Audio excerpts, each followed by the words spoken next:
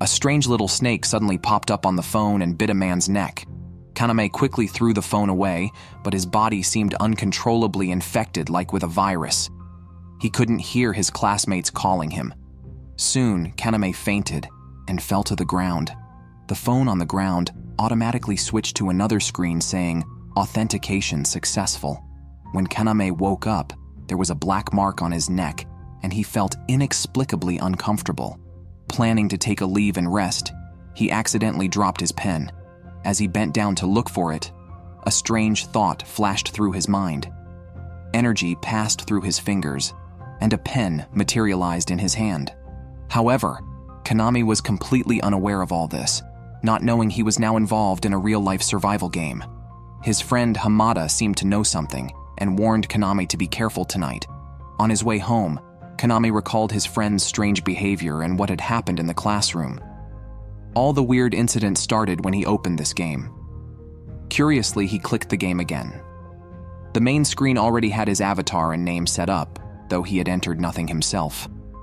The screen then displayed, "Ready for battle." When Kaname confirmed the match, the screen showed Panda Man versus Kaname, with a countdown of just 3 seconds. Ignoring the threatening message from the opponent, Kaname turned away, only to find the Panda Man from the phone sitting right in front of him, knife in hand, slowly approaching. As the cleaver swung down, Kaname quickly dodged. The Panda Man lunged at him again with the knife. In desperation, Kaname blocked the attack with his backpack and kicked the assailant away. Just then, a car door opened, allowing him a chance to escape as the Panda Man pursued him relentlessly. Bystanders, seeing only a mascot in a plush suit, remained indifferent. Fortunately, Kaname found a security office and told the guard that someone was trying to kill him. The guard saw the approaching Panda Man and immediately ordered him to stop. The next second, the guard was splattered with blood. Kaname thought he would die today, but at the crucial moment, his friend Hamada arrived to help. Hamada shot an arrow into the Panda Man's arm and prepared to attack again. The Panda Man activated his invisibility skill and vanished from Kaname's sight. However, Hamada had thermal imaging capabilities, revealing the Panda Man's location. After dodging an attack, Hamada's shot was blocked by the Panda Man, who then stabbed Hamada in the stomach. Hamada retaliated by shooting an arrow into the Panda Man's thigh. Enraged, the Panda Man became more aggressive. Kaname took this chance to help the severely injured Hamada escape. On the way, Hamada told him about a real-life survival game called Darwin's Game, where players must either kill their opponents or survive until the end. In the game, players can only communicate with the outside world through the game interface. With Hamada bleeding profusely, Kaname had no choice but to hide in a garage, hoping to lose their tracker. However, the opponent could use the game to find their location, making escape futile. The two quickly hid in a corner, but it was only a matter of time before they were found. Kaname then decided to distract the Panda Man by leading him to another area. He quickly entered a restroom to set an ambush. The Panda Man followed the game's clues to the location and turned invisible again, pulling out a gun stolen from the police. He fired at the restroom door, damaging the lock. However, when the Panda Man opened the door, he found it empty. In his moment of confusion, Kaname burst out of a stall with a fire extinguisher, spraying a cloud of smoke to obscure visibility, and then attacked with the extinguisher. For a moment, Kaname gained the upper hand. The Panda Man used his invisibility skill again and knocked Kaname down with a punch. When Kaname regained his senses, the Panda Man and the knife had disappeared. Kaname was left in utter panic. Just then, a car turned the corner and knocked the Panda Man down. The driver got out, saw nothing unusual, and left. The Panda Man, now visible and barely alive, was incredulous that he lost to a novice who didn't even know how to use the marks. He was very unwilling to accept defeat. His phone beeped with a notification showing Kaname had won the victory. The Panda Man's body gradually disintegrated into cubes, and soon, only cubic marks remained on the ground. When Kaname returned to their previous hiding spot, Hamada was gone. Only a cube mark indicating death was left on the ground. Kaname's phone displayed a message sent by Hamada before he died.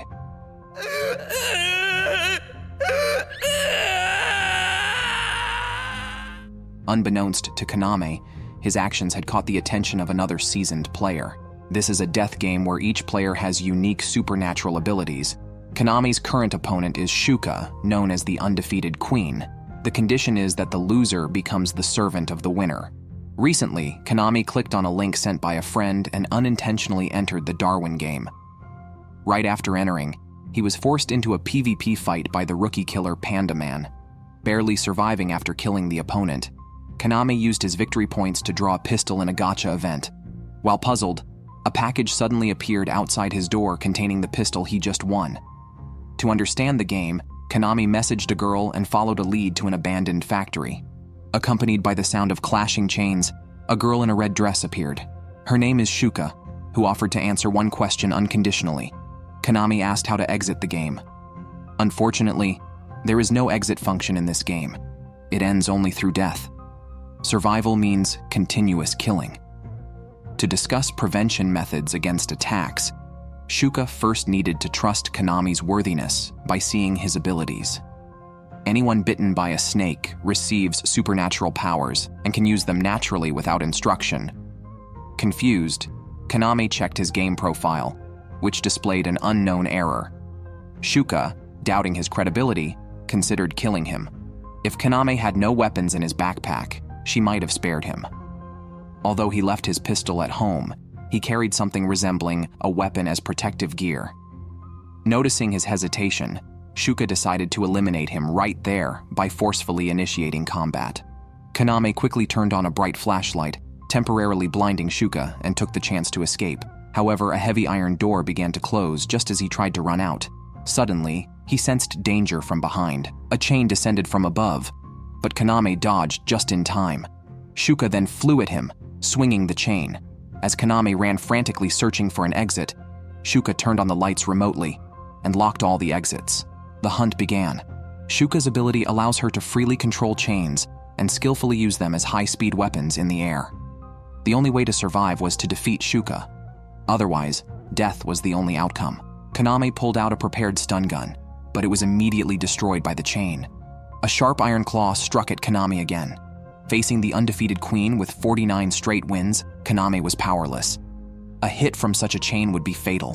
While fleeing, Konami pondered what his ability might be, recalling his friend's desperate rescue. He was unwilling to die like this and wished he had a weapon. At that moment, his ability activated, and he created a pistol in his hand. However, his combat experience did not change with the weapon. The gap in strength was too large. Konami tried to avoid a direct fight while quickly thinking of a strategy. Shuka spotted him, and her chain flew mercilessly, grazing his arm. Konami moved to bandage his wound, considering Shuka's pistol a significant threat. She then used her chains for a sweeping search. With no place to hide, being found was inevitable. If his ability was to create weapons, then making a stronger weapon was the answer. Konami focused on the feeling he had when the pistol appeared and finally understood his power. He could materialize objects he had touched and understood structurally. This baseless confidence seemed like an innate ability. Konami quickly devised a plan. He wrapped his pistol with bandages to lure Shuka and distract her. Then, he destroyed all the lights, plunging the area into darkness. Konami had already adapted to the dark environment. In a moment of confusion from Shuka, Konami charged at her. Sensing his presence, Shuka immediately attacked with her chains, but Konami dodged them desperately. He then used his backpack to clear a path and created a stun gun as he neared Shuka. The powerful shock knocked Shuka down. He created another pistol and aimed it at her, but did not shoot. After all, it would be a waste not to make such a beautiful girl his wife. He wanted them both to survive. Shuka then realized that Konami truly knew nothing about the Darwin game. The only way to stop the game midway was to declare submission to the other player. This would transfer all of Shuka's points to Konami. Relieved, Konami realized that neither of them had to die. But then, overwhelming exhaustion hit him, and he collapsed on Shuka. One moment they were fighting for their lives. The next, they woke up as a loving couple. The woman casually threw a wad of paper that suddenly burst into flames, instantly engulfing the man in fire. However, the man seemed unharmed as a violent explosion sent the woman flying from a 30-meter high building. The onlookers were accustomed to seeing such human imprints. The chaos stemmed from a survival game organized to ensure smooth proceedings. All ordinary citizens were hypnotized, and players came from various backgrounds, some seeking revenge for their parents' deaths, some for money, others like a father trying to save his daughter, and some for the thrill of killing. Many, like the protagonist, were unfortunately dragged into this. Their unified goal was to survive using the powers given by the game. This time the game involved a treasure hunt with 300 participants. There were 7 types of gem-encrusted bracelets hidden in the area. To win, one needed to possess at least 3 bracelets by the end, which could be located using a smartphone scan. Konami quickly found a bracelet under a bed, worth 50 million, a ruby. Hearing players being eliminated outside, Konami sensed danger. Considering the risk of ambushes in the elevator, he headed to the stairwell and created a pistol with his ability for protection. A fully armed man with a mask emerged from the elevator, holding a machine gun. He scanned with his phone and soon detected someone in the stairwell, opening fire immediately. Konami hurried downstairs but was blocked by huge vines. The emergency exit on the other side was also blocked. With no choice, Konami had to head back to the elevator. However, the masked man was quicker and aimed his gun at the back of Konami's head. Konami decided to act accordingly and threw the bracelet to him. Although the rules stated that killing did not earn points during the event, the masked man was not about to let him go. Just as he was about to pull the trigger, the machine gun jammed. Konami seized control, but he did not want to kill. His hand trembled holding the gun. As the machine gun began to work again, the two were at a standoff. At that moment, the elevator arrived at their floor. 弾がもったいねえ。あばよ、その辺でのたれ死にな。そんなに殺し合いが楽しいのかよ! Indeed, survival in this game requires killing. A girl carrying a box suddenly appeared, interrupting Konami's thoughts and warning him not to use the elevator if he didn't want to die. When the elevator doors opened again, Konami broke out in a cold sweat. The elevator was filled with vines, and the previously encountered masked man was firmly trapped inside. This meant all exits from the hotel were completely blocked, leaving players to brutally kill each other like fish in a barrel. Therefore, the girl, Rain, suggested they temporarily team up to escape the hotel. Unbeknownst to them, every move of the players was closely monitored and enjoyed by wealthy elites as a thrilling spectacle of slaughter. A small snake suddenly sprang from the phone and bit the girl's neck. In that instant, Rain's perception of the world subtly changed. She could now predict the position and momentum of objects, including humans and vehicles. As if she were divine, nothing was unpredictable. The future was as graspable as the past. This ability, given to Rain by the Darwin game, was called World Function, allowing her to analyze all information at high speed and predict various possible outcomes of events. Using this ability, Rain served as an analyst in the Darwin game, thriving by selling information without needing to fight. However, the game organizers held a treasure hunt, forcibly transporting her to the central hotel. Now, with all entrances and exits sealed by vines, the players had no choice but to fight to the death. Out of necessity, Rain temporarily teamed up with Konami. According to her analysis, the master of the vines, known as Hiiragi the florist, specializes in setting traps to catch his prey. Staying on the upper floors might ensure safety. Suddenly, they realized a more serious issue. The dead players turned into human imprints, but the bodies in the elevator controlled by vines hadn't disappeared, suggesting they might still be alive. Indeed, several players, now controlled, approached them. Konami quickly took Rain and fled. The masked man with the machine gun started firing wildly at them. After Rain threw a flashbang, they used the opportunity to move. The person behind the scenes was watching their every move from the control room. Konami quickly sensed something was wrong and shot the monitors, but this was not enough to change the situation, as the entire building had become Hiiragi's garden. They continued to locate pursuers via their bracelets while destroying all surveillance, complicating matters for Hiiragi. The soldiers were just players temporarily controlled by vines. Ordering them to destroy their bracelets could make them break free from control, as it would go against their basic instincts. Hiiragi then dispersed his forces to conduct a floor-by-floor, carpet-style search. If any soldier died, it would reveal the enemy's location. However, No matter how he searched, Rain and her companions seemed to have vanished into thin air. All room keys were stored on the first floor, and no doors had been broken into. Where could they be hiding? It turned out that when Rain was first transported to the hotel, she had jammed the door of a room, allowing them to evade their pursuers. They knew this wouldn't hold them off for long. After discussing, they immediately moved on to the next step of their plan. Meanwhile, Hiiragi guessed they were hiding in a guest room based on their intent to destroy the cameras. He eventually pinpointed room 2907. When his soldiers entered, the pair were already gone. By then, Rain had reached the stairwell on the 25th floor.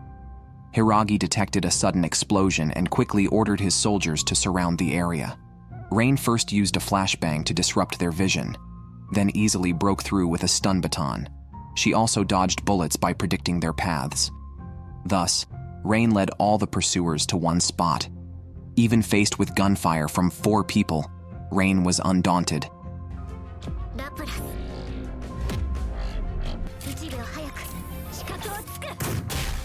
Hiiragi did not expect this girl to be so formidable and was more concerned about where the young boy had gone. Suddenly, there was a violent shake in the control room. Kaname had used a rope to descend from the 25th floor to the 1st floor. A fierce fight was about to begin. As the strongest man in plant manipulation, Hiiragi can control the growth of plants anywhere and absorb the power of nature to strengthen himself. He can also transform plants into indestructible armor and shields, impervious to ordinary bombs. With a single punch, he could shatter concrete floors. Kaname had to dodge quickly, or he would have been severely injured or killed. Vines burst from the ground, continuously attacking Kaname, and quickly knocked his pistol away. Kaname, not holding back any longer, used his ability to create a machine gun. However, no matter how dense the bullets, they were like mere tickles against the armor, unable to break through. Hiiragi seized the opportunity and shattered the machine gun with one strike. Kaname created another machine gun, but using his power repeatedly was taking its toll. He was left with a splitting headache and extreme fatigue. Realizing the vast difference in strength, Kaname thought of retreating. He threw a bomb to deliberately expose a flaw and used a flashbang when Hiiragi approached. A blinding flash of light later, Kaname had disappeared. But this was Hiiragi's home ground. His vines had already covered the entire building. It only took a few minutes for him to catch up and land a punch on Kaname's stomach. Facing Hiiragi's relentless pursuit, Kaname struggled to raise his machine gun and fired, but it was futile. The bullets were deflected by the shield. At this point, Kaname was too exhausted to fight and closed his eyes in deep frustration. In the darkness, Kaname thought he heard the sound of a hammer striking. He saw another version of himself that had been dormant deep within his heart. In that moment, he realized his abilities extended beyond what he knew. Lacking power, he decided to sacrifice the lifespan of his gun to increase the internal pressure. Ordinary bullets couldn't penetrate the defenses, so he strengthened them into armor-piercing rounds. Seeing Hiiragi repeat his old tricks, Hiiragi was disdainful, but the next second, his prized shield shattered. Each bullet felt incredibly heavy, forcing him to retreat continuously. Knowing he would be riddled with bullets if he continued, Hiiragi made a desperate charge towards Kaname. In that instant, he thought he saw his daughter. When he came to, he was already on the ground. Hiiragi asked his opponent to finish him off, but Kaname had no intention of taking his life. Then, nearly losing consciousness from exhaustion, Rain arrived just in time. Now, as the bracelets had gathered in the hands of powerful players, continuing to fight was not wise. Plus, she had received information about the most dangerous man in the game, Wang, the leader of the 8th Alliance. If he targeted them, they would stand no chance. Therefore, Kaname proposed forming a temporary alliance. Ryuji, the man previously behind the mask, decided to join the alliance upon hearing they would face the leader of 8th. It was then that Kaname suddenly received a distress message from Shuka. A blonde girl swiftly flew between skyscrapers using iron chains. Suddenly, an assassin aimed a gun at her.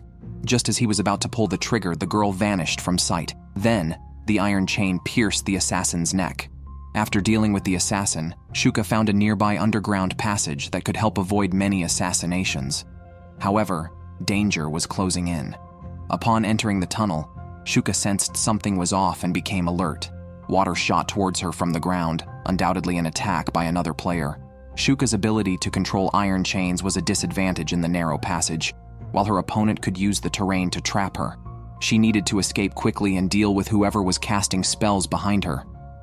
Unexpectedly, a girl was already blocking the exit.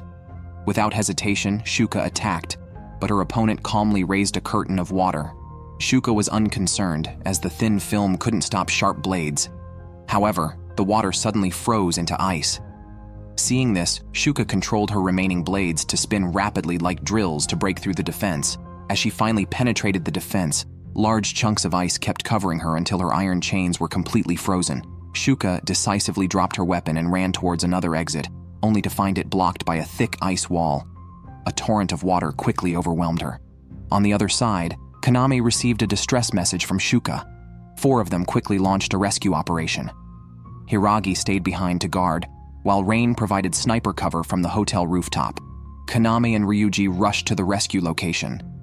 As they approached the underground passage, they encountered a blue-haired girl who claimed she had no hostile intentions. Kaname didn't pay much attention, but the girl insisted that the passage ahead was very dangerous. Kaname, desperate to save Shuka, prioritized the rescue. Upon reaching the entrance of the underground passage, they found it completely flooded. Kaname then realized the severity of Shuka's situation. Ignoring Ryuji's advice, he decided to dive in to save her. As Kaname's figure gradually disappeared, Ryuji suddenly turned his gun towards the girl. His ability to detect lies proved that the seemingly harmless girl was hiding something. The girl, sensing danger, controlled the water to burst a fire hydrant. During the distraction, she seized the chance to escape. Ryuji tried to shoot, only to find his gun frozen by ice at some point. Meanwhile, Shuka, soaked in the cold water, grew colder and slowly sank. Elsewhere, Ryan unexpectedly found a hidden clue in a treasure hunt activity. There was a QR code on the inside of a bracelet. After scanning it with her phone, a series of numbers appeared. Hiiragi also took out all the bracelets and discovered that each type of bracelet had corresponding numbers. The seemingly harmless girl was actually a cold-blooded assassin harboring 2 twin souls within her. The gentle and kind Sui, who had the ability to control water, and the fierce and decisive Sota, who could manipulate ice. Together, they perfectly coordinated to defeat the Thorn Queen Shuka and then prepared to attack Ryuji. Sota lured Ryuji into a convenience store with the sound of a cell phone ringtone. As Ryuji unsuspectingly walked into the trap near the beverage area, Sui made the water burst from the bottles, and Sota instantly froze it, trapping Ryuji in ice. Sota then formed an ice sword, ready to end Ryuji's life, but Sui strongly intervened. She did not want to live by killing, but they also needed enough bracelets to survive. Ultimately, Sui prevailed and regained control of their body. Meanwhile, Kaname was swimming hard in the water when he was blocked by an ice wall. He shot a hole through it with his pistol, then checked the bracelet to pinpoint the location, and finally found Shuka, who was nearly breathless and chillingly cold at the bottom of the water. With no other options, Kaname decided to perform CPR. After some time, Shuka slowly opened her eyes.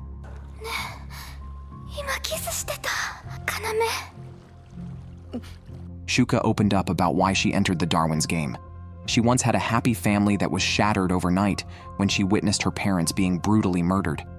Eventually, she found clues about the Darwin's game on her phone and joined to seek revenge. After reuniting, Shuka saw the timid girl in front of her and realized she was almost killed by her.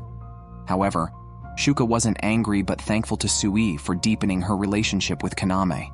Sui confessed to everyone that she housed 2 souls in her body. Her brother had died accidentally a year ago, and after making a wish in the Darwin's game, his soul returned to reside in her body. Her ability is to control water, while her brother can freeze it into ice. Although they could drain an enemy's blood directly, Sui found it too horrifying. However, it was handy for drying clothes. Shuka decided to invite Sui to join their alliance. Meanwhile, the leader of the 8th Alliance discovered clues in the bracelets and received more crucial information. Completing this game might grant special game privileges. At the same time, Kaname received a message from Rain about cracking the bracelet's code. He decisively told everyone to discard their bracelets as they were no longer useful and could expose their locations to attacks from other players. Instead, they would search for the real treasure. However, Hiiragi was reluctant to give up his bracelet as he needed a large sum of money for his daughter's heart treatment. Rather than banking on the uncertain outcome of completing the game, he preferred to exchange the bracelet points for money. Therefore, Hiiragi decided to stay behind and guard the hotel, just as a large number of players from the 8th Alliance arrived outside, ready for battle. This is a death game with a prize of up to 1 billion yen for just one event. Hiiragi's bracelet, which he currently holds, can now be exchanged for several 100 million yen. However, the game's most dangerous organization, 8th, has set its sights on him. The hotel is now surrounded by a large number of players from the 8th Alliance. Although Hiiragi had already prepared defenses in the lower area of the hotel, dense vines turned it into a plant fortress. Yet the opposition blasted a path through using a large amount of gunpowder. The team leader, Shigu, who is excited by the challenge, is a fire-type ability user, perfectly countering the plant type, so he leads the way upstairs while his subordinates stay on the first floor to watch. Unbeknownst to them, they have fallen into Hiiragi's trap. As Shigu steps into the elevator, vines quickly entangle him, but he easily burns them off with his flames. However, when he reaches the rooftop, he finds it empty. The bracelets have been deliberately scattered in different locations. Meanwhile, Hiiragi takes the opportunity to go down to the first floor. Fully armed, he easily defeats the underlings in a matter of moments before returning to the rooftop. Fire types are indeed the nemesis of wood types. With just one punch, the winner was decided. Hiiragi couldn't confront him directly and immediately retreated with injuries. The plant trap set up in advance proved useless, not even delaying the enemy. However, if the grenades hidden in the plants were detonated, the explosion's impact would likely be unbearable for the enemy. Suddenly, a player broke through the window and took Hiiragi down with one strike. Seizing the moment, Shigu pierced Hiiragi's abdomen. As they let their guard down, Hiiragi suddenly activated his ability. Numerous vines burst through the walls, carrying a massive explosion of grenades, but Keiichi created a barrier with controlled air currents, leaving them unharmed. Hiiragi, severely injured, managed to escape.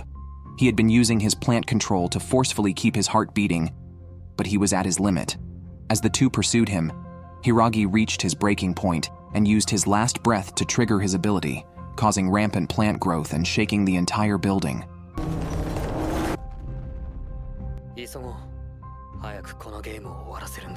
Meanwhile, Rain arrived alone at the location of the final treasure, only to find it already occupied by 8th Alliance players. Discovered by two underlings, although she escaped through the subway, the leader of the 8th Alliance, who had been lying in wait, moved too fast to predict and subdued her in an instant. Can you believe a cute girl fell into an enemy trap? Not only was her arm broken and tortured, but she was also threatened to reveal information about the treasure, or else the minions would play with her. To buy time, Rain tried to negotiate, but soon made the enemy lose patience. Just as she was about to meet her demise, a chain with a flash grenade flew in. Konami and his teammates arrived to rescue her. Despite hoping to negotiate and avoid fighting, it was clear that the 8th Alliance only cared for looting and killing. Konami didn't waste words and decisively pulled out a pistol, starting a direct battle. Ryuji, like a war god, suppressed the enemies with a single gun, making them unable to raise their heads. Konami and Rain quickly left the battlefield while Shuka, with Sui's help from above, continuously pierced enemies with sharp chains. Sui controlled a fire hose to spray large amounts of water, which Soda then turned into ice spears. Seeing this, the leader of the 8th Alliance, Wang, had to join the fight. He teleported behind Shuka and easily destroyed the chains. As the two were in peril, Ryuji quickly turned his gun to push Wang back. Facing intense gunfire, Wang had to keep changing positions in the air, unable to get close. Ryuji had figured out his ability: teleportation within 5 meters, with an attack range of about 1 meter and a cooldown period. Keeping distance made Wang powerless. Unexpectedly, 2 soldiers guarded the exit. Ryuji quickly shot and killed them, but the distraction gave Wang a chance to seize the moment.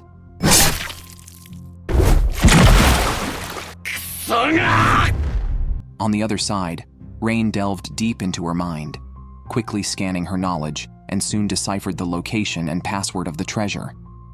Just as Wang was about to dismember Ryuji, Kaname arrived in time to intervene. He stated that he had found the final treasure of the game and offered this information in exchange for their safety. If Wang disagreed, Kaname threatened to destroy the key to the treasure. Though Wang appeared indifferent, he dared not make a rash move. Kaname continued bluffing, falsely claiming that the code for the diamond bracelet was 888001, and used this to deduce the location of the key and treasure. His confident speech temporarily baffled Wang. Given that the prizes were worth up to 1 billion and rumors of gaining a special privilege in the Darwin game, Wang could not ignore this. Thus, he agreed to Kaname's terms, but still insisted on killing Ryuji. Unexpectedly, Kaname spoke indifferently, seemingly uncaring about Ryuji's fate, although this was intentionally said for Ryuji to hear. Ryuji, who could discern lies with his ability, understood Kaname's true intentions. Seeing Wang's lingering doubts, Kaname suggested he check the key himself and threw it into the air. As Wang reached for it, Kaname quickly entered a code into a nearby storage box, revealing the real treasure. Enraged, Wang ordered his men to kill them immediately, but it was too late. The game ended and teleportation began, immobilizing everyone. Only Kaname remained, and when he opened the box, the treasure was surprisingly a smartphone. At that moment, the game organizers called, awarding him not only points, but also a special privilege of his choice. じゃあこのゲームをとっととやめたいってのはどうだ。それはお受けできかねるな。君のシギルの名前だよ。 Two beauties are bathing in roses, a sight so stirring it makes one wish to transform into a rubber duck. Since their last game victory, everyone has earned a substantial amount of points. Shuka and Sui are busy discussing which building to buy for their new headquarters. Meanwhile, in a hospital room, a bank insurance agent meets Hiiragi's daughter and explains the situation to her. Hiiragi had purchased a large life insurance policy with his daughter as the beneficiary. Unable to accept her father's death, the girl sends the insurance agent away. Outside, Rain, entrusted by Hiiragi before his death, ensures his daughter receives the compensation. After the agent leaves a check, Rain gives the girl her contact information, telling her to reach out if she wants to know the truth about her father's death. In another hospital room, Ryuji's severed arm is reattached by Kaide, a blonde beauty with a pharmacist's grace ability and a member of the fistfight club. Beside them is Danju, the club's leader. Later, Ryuji and Danju visit a boxing gym, the club's headquarters.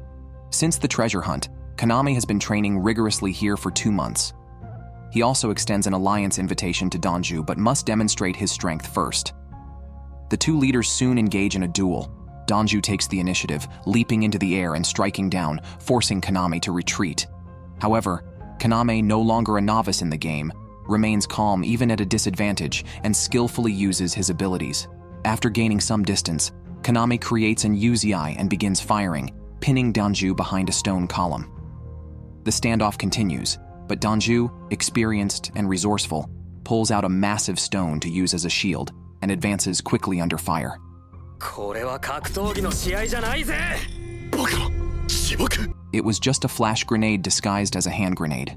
At this moment, Danju acknowledged Kaname's strength, but just then, a terrifying, murderous aura quickly enveloped them, making Kaname feel the presence of death. When the aura vanished, a masked woman appeared before them. She was Zuelan, the top-ranked player in the Darwin game. I've never seen such an aggressive assassin.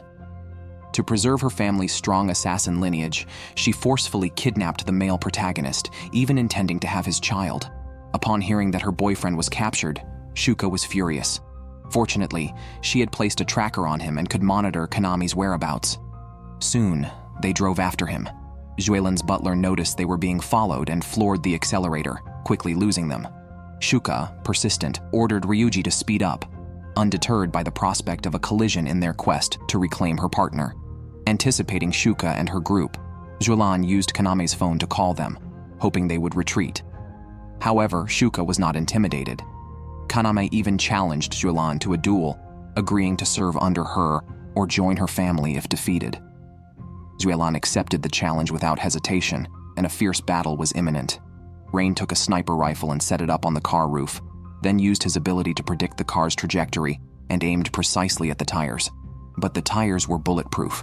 As the car slowed down, Shuka jumped onto the roof, ready to fight. Zuelan, noticing this, also moved to the roof to confront Shuka. Shuka was unaffected by the murderous aura, skillfully maneuvering her chains in the air and attacking from tricky angles, nearly cornering Quaylan. Zuelan wielded her sword, clashing with the chains and sparking as she parried each attack. After the exchange, Zuelan couldn't help but admire the young girl who could move freely under such pressure, something she hadn't encountered in a long time. Shuka, serious-faced, knew she faced the top-ranked player, but quickly devised a strategy to disarm Zuelan. Her chain attacks grew fiercer, threatening to tear Zuelan apart. Feeling the powerful force through the chains, Zuelan grew cautious. Despite being attacked from both sides, Zuelan managed to remain composed and even counterattack. Shuka's thrown knives were blocked by Zuelan, causing one to stick into a tire and nearly causing the car to lose control. Rain quickly fired his gun, but Zuelan deflected it with a stone. As the distance between the cars grew, Konami threw 2 bottles of red wine. Shuka used her chains to smash the bottles against the tires, which Sota then froze, causing Zuelan's car to lose control and forcefully stop due to friction. Fortunately, no one was injured. Ultimately, Zuelan acknowledged she was slightly outmatched, but, still eager for Konami's lineage, cunningly suggested an alliance. Shuka opposed, seeing it as inviting a wolf into the den. Nevertheless, Konami overruled the objections and agreed to let Zuelan join the alliance. なんだ、いるじゃねえか。待ってたぜ。 The man's fingers were neatly severed. To survive, Yuta could only use his tongue to operate his smartphone. A small snake emerged from the phone, biting his neck and awakening his special ability. When enemies shot at him, the bullets seemed to hit an invisible barrier. He also used his power to slam them against boxes. Yuta knew this was the ability to move objects he desired, as if he had an invisible pair of hands. Several thugs approached but were easily defeated by him. Then Wang approached, deeming Yuta of no further use, and his fate seemed sealed. Just then, Konami received a video from Wang showing his friend Yuta being kidnapped and tortured. Quickly, a rescue plan was formulated.